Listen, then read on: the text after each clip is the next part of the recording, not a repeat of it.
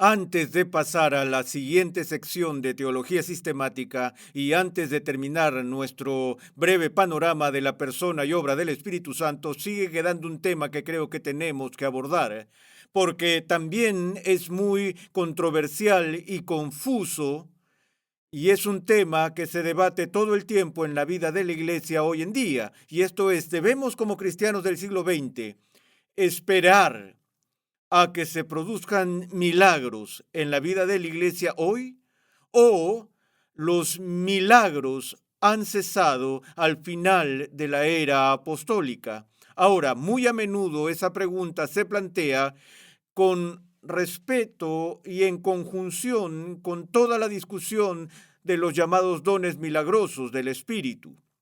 Además de esa pregunta, la pregunta consiguiente que abarca eso también es la pregunta de eh, ¿puede Satanás y sus secuaces realizar milagros? Yo diría que en su mayoría el informe en la iglesia cristiana de hoy, al menos en el mundo evangélico, es en primer lugar que los milagros siguen existiendo en la vida de la iglesia. Y segundo, Satanás y sus demonios también tienen el poder y la capacidad de realizar milagros. Y aquellos que sostienen la postura opuesta, en la cual me incluyo, a menudo son enormemente malentendidos en este punto. Así que me gustaría tomar unos minutos para explicar algunos de los problemas que rodean estos asuntos y por qué el cesacionismo histórico ha sido el punto de pensamiento ortodoxo de la Reforma. Pero comenzamos en primer lugar con la primera dificultad, y eso es con la definición de un milagro. Encuentro que las personas que hablan de milagros no siempre quieren decir lo mismo, y que particularmente cuando un teólogo está discutiendo de milagros con una persona laica, muy a menudo hay dos cosas completamente diferentes que saltan a la vista, y lo primero que preguntamos es, ¿qué es un milagro? Ahora, algunas personas dicen que cualquier respuesta a la oración, cualquier operación divina que continúe en este mundo, hoy en día es un milagro. Otros argumentan que cualquier obra sobrenatural como la regeneración del alma humana es un milagro. Y algunas personas incluso van tan lejos como para decir que cualquier cosa increíble o fascinante como el nacimiento de un bebé es un milagro. Pero en términos técnicos estrictos de definición, los bebés nacen todos los días. No hay nada extraordinario. Puede haber algo maravilloso y hermoso sobre el nacimiento de un niño, pero es bastante ordinario. Sucede todo el tiempo. No sé a cuántas oficinas de pastores he entrado y he visto el letrero en la pared, espera un milagro, como si los milagros son algo que debemos esperar como un hecho cotidiano habitual en nuestras vidas. Y si ese es el caso, entonces los milagros podrían llamarse ordinarios en lugar de extraordinarios. Y sin embargo, el significado de los milagros en la Escritura se encuentra en su carácter extraordinario, no en su carácter ordinario. Ahora, al mismo tiempo hay periodos en la historia bíblica donde hay una ráfaga de milagros, una enorme oleada de milagros concentrados en un periodo corto de tiempo, es decir, la vida de Jesús. La vida de Jesús presentó una abundancia de milagros. Vemos milagros que con frecuencia suceden en la vida de Moisés y más tarde en la vida de Elías. Pero, sin embargo, en la gran mayoría de los periodos de tiempo del Antiguo Testamento, los milagros estuvieron ausentes. Ellos no ocurrieron de manera consistente, diaria, anual, en décadas, sino que fueron momentos concentrados. Y creo que veremos por qué hubo momentos concentrados de esto dentro de poco. Ahora, cuando vamos al tema del milagro, lo que mucha gente no sabe es que la Biblia no tiene una palabra para milagro. La palabra milagro no aparece en la Biblia.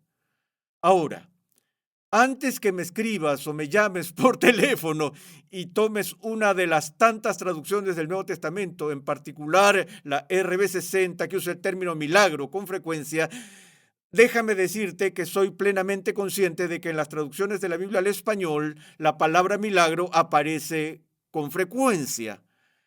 Lo que quiero decir con esto es que en el griego del Nuevo Testamento no hay una sola palabra para milagro. La idea de milagro, el concepto de milagro que estudiamos en teología, es un concepto o una idea extrapolada del registro bíblico, particularmente del Nuevo Testamento, a partir de tres palabras diferentes.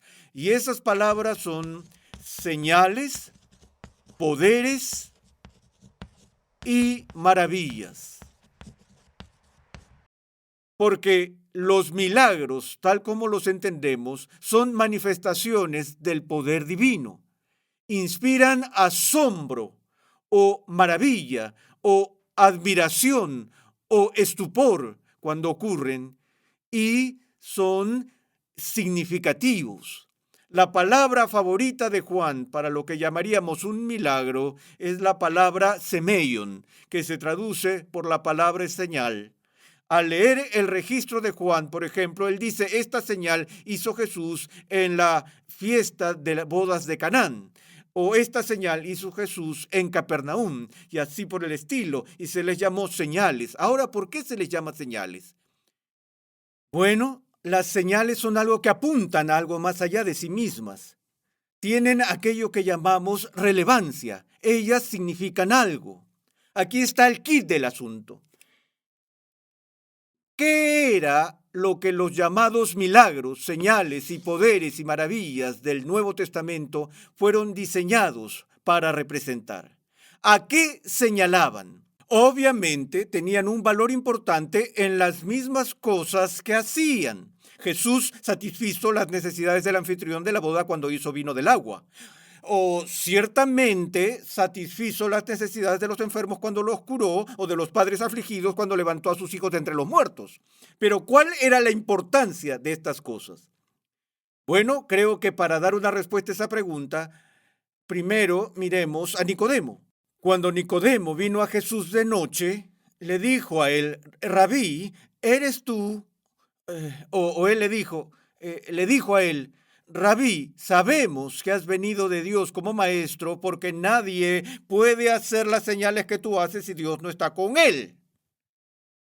Ahora, lo que Nicodemo decía es, debe ser de Dios, porque hemos visto las señales que has hecho. Hemos visto estos poderes extraordinarios que tú has manifestado aquí. Entonces debe ser enviado por Dios. Jesús mismo dijo más tarde, créeme, si no puedes creerme por mi palabra, créeme por las obras que hago. Ahora, para ver esto en su dimensión total, pasemos al libro de Hebreos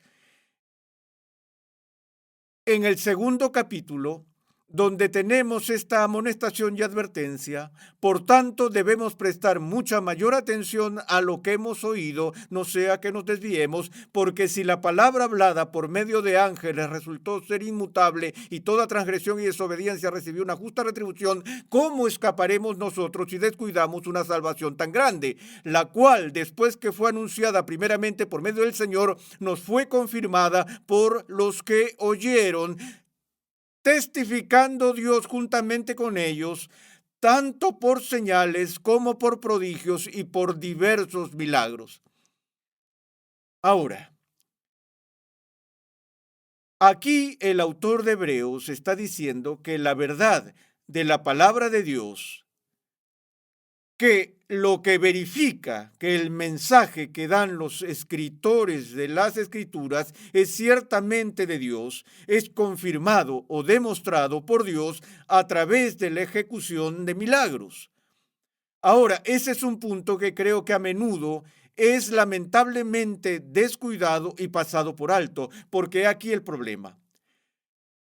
Si la Escritura dice que sabemos que esta es la palabra de Dios porque sus autores han sido autenticados y confirmados por milagros, Y si luego un no agente de revelación también puede realizar milagros, ¿cuál es el problema que tenemos aquí? Si la presencia de milagros demuestra que alguien es enviado por Dios o es un agente de revelación y un no agente de revelación realiza milagros, ¿qué pasa entonces con el valor evidente del milagro para quien dice ser un agente de revelación? Es un argumento inválido. Si otras personas pueden hacer estas cosas, entonces el hecho de que una persona las haga no puede probar nada sobre su autoridad o si ha sido enviado como vocero de Dios. Entonces, lo que está en juego en este tema es la autoridad de Cristo, la autoridad de los apóstoles y la autoridad de la Biblia misma. Recuerden cómo comienzan los milagros en el Antiguo Testamento con Moisés. Moisés es llamado por Dios en medio de la zarza ardiente para ir a Faraón, y no solo para ir a Faraón, sino también para ir al pueblo de Israel y decir: ven conmigo, nos vamos. Y Moisés se tambalea ante esta orden y dice: ¿cómo voy a saber? ¿Cómo van a saber ellos que tú me has hablado? Yo no puedo simplemente entrar en la corte de Faraón y decir: estaba hablando con esta zarza en el desierto, deja ir a mi pueblo. Tampoco voy a ir a esos cientos de miles de esclavos judíos y decir: vamos, levántense y hagan sus maletas y nos vamos a una huelga no autorizada. Solo porque les diga que tengo una visión. Dios le dice: mete la mano en tu seno. Y lo hizo cuando la saca estaba leprosa. Y él dijo: ¡wow! Dios dijo: vuelve a meter la mano en tu seno, lo vuelve a hacer y ahora está bien.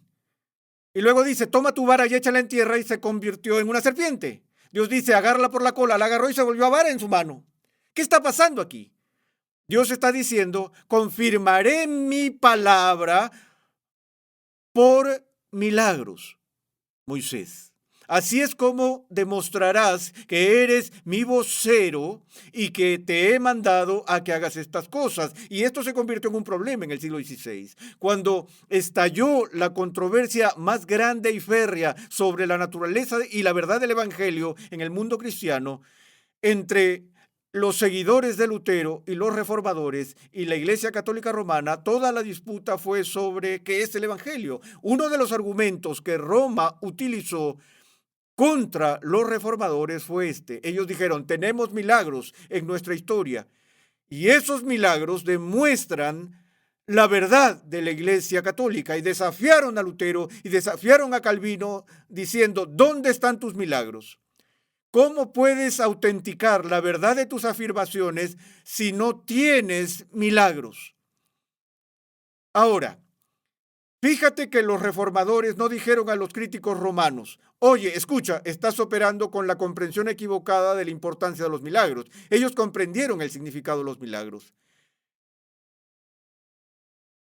Ellos dijeron: tenemos milagros que prueban nuestra enseñanza y están registrados en el Nuevo Testamento. Decimos: aquí está la autoridad. Y la autoridad de los apóstoles es lo que ha sido probado por milagros, no por tus falsos milagros que estás reclamando en tu iglesia. Ahora, cualquiera puede reclamar un milagro, pero solo uno que Dios ha probado que es su vocero tiene ese poder real para hacerlo. Es por eso que es tan serio en estos días cuando tienes gente por todas partes que dice realizar milagros. Incluso anunciarán un servicio de milagros. Ellos dirán de antemano: tú ven y vamos a hacer milagros. ¿Son apóstoles? ¿Son profetas? Bueno, si están haciendo milagros en el sentido bíblico, tendríamos que concluir que sus enseñanzas son ratificadas, autenticadas y respaldadas por Dios mismo, o que tales obras no autentican la verdadera enseñanza apostólica. Y si ese fuera el caso, entonces la afirmación bíblica para ellos se vendría abajo. Entonces tenemos un verdadero problema aquí. Bueno, el problema es este. Como dije, ¿qué es un milagro? Por esta razón, los teólogos han sido muy cuidadosos en dar una definición muy limitada y estrecha del milagro. y tal vez nos ayude, mientras luchamos con esto, a hacer la distinción entre milagro en el sentido estricto y milagro en el sentido amplio. Si nos referimos al milagro en el sentido amplio de la actividad sobrenatural continua de Dios en la vida de su pueblo, la respuesta a nuestras oraciones, el derramamiento de su espíritu, el cambio de almas y todo eso, diríamos ciertamente que eso continúa hasta nuestros días. Si definimos el milagro en el sentido estricto, como lo han hecho los teólogos, con definiciones como esta, un milagro es una obra extraordinaria realizada por el poder inmediato de Dios en el mundo perceptible externo, el cual es un acto contra la naturaleza que solo Dios puede hacer, como sacar vida de la muerte o algo de la nada. Ahora, la mayoría de las personas que afirman los milagros actuales no llegan a afirmar el tipo de milagros que encontramos en la Biblia. Dije que la mayoría, porque he tenido gente que dice que están levantando personas entre los muertos y así por el estilo. Pero si te fijas en los llamados hacedores de milagros en nuestra cultura hoy en día, alguien ha grabado a una persona con una pierna amputada a la altura de la cadera o en la rodilla y que con imposición de manos y la oración del hacedor de milagros esa extremidad vuelve a crecer. No me hables del servicio de alargamiento de piernas en reuniones de oración donde la pierna de alguien se mueve 2 pulgadas. Eso me pasa cada vez que voy al quiropráctico. Lo que digo es que no necesitas un milagro para eso. A lo que me refiero, una extremidad ha sido cortada y vuelve a crecer. Alguien está muerto, está frío como del témpano, no solo que ha tenido un paro cardíaco y es reanimado, sino que alguien está muerto, y esa persona es levantada entre los muertos. ¿Ves que eso está pasando hoy en día? No creo. No porque Dios no esté todavía en su trono, no porque el Espíritu Santo no pueda hacerlo. Ciertamente creo que Dios hizo milagros y Él puede hacer milagros. La pregunta es, ¿puede Él o lo hizo Él? La pregunta es, ¿está haciendo este tipo de milagros hoy? Alguien está convirtiendo el agua en vino, haciendo flotar hierros de hacha, desafiando realmente las leyes de la naturaleza de la manera en que Jesús y los apóstoles realizaron sus milagros. Creo que casi tienes que hacer algún tipo de distinción aquí entre la calidad de los milagros que están reclamando hoy los hacedores de milagros y los milagros que encontramos en las Escrituras. No son el tipo de cosas que solo Dios puede hacer. Ahora, la segunda parte de esta pregunta tiene que ver con los milagros satánicos. Y de nuevo, dije que en su mayoría el informe en el mundo evangélico es que Satanás puede realizar milagros bona fide. Ahora, ¿por qué la gente dice eso? Porque estamos advertidos en las Escrituras contra las estratagemas hábiles de Satanás, que realiza señales y maravillas falsas. Vemos las acciones extraordinarias que hicieron los magos de Egipto, por ejemplo, en su competencia con Moisés. Y por lo general se explica en términos de poder demoníaco e influencia sobre ellos. Bueno, este es el problema. Si Satanás puede realizar un milagro bona fide, entonces, ¿cómo sabemos que la Biblia es la palabra de Dios y cómo sabemos que Jesús es el Hijo de Dios? Recuerden que en la Biblia los milagros no prueban la existencia de Dios. La existencia de Dios se demuestra de otras maneras. Lo que hacen los milagros es probar la autenticación y certificación de Dios para con alguien. ¿Qué dice Pablo en Atenas cuando habla con los filósofos griegos allí? cuando habla de los tiempos de ignorancia que Dios había pasado por alto, pero ahora manda a todos los hombres de todas partes que se arrepientan y vengan a Cristo, porque Dios ha declarado un día en el que juzgará al mundo por aquel a quien Él ha confirmado por la resurrección de los muertos. Aquí el apóstol dice que Cristo es confirmado como el Hijo de Dios por su resurrección. ¿Y si Satanás puede hacer milagros? ¿Cómo sabemos que Satanás no trajo consigo la resurrección? Y eso es algo terrible aún de solo pensarlo, me doy cuenta de eso. Pero ¿cómo sabes eso? ¿Cómo sabes que no fue Satanás quien permitió a Jesús hacer todas las obras que él hizo?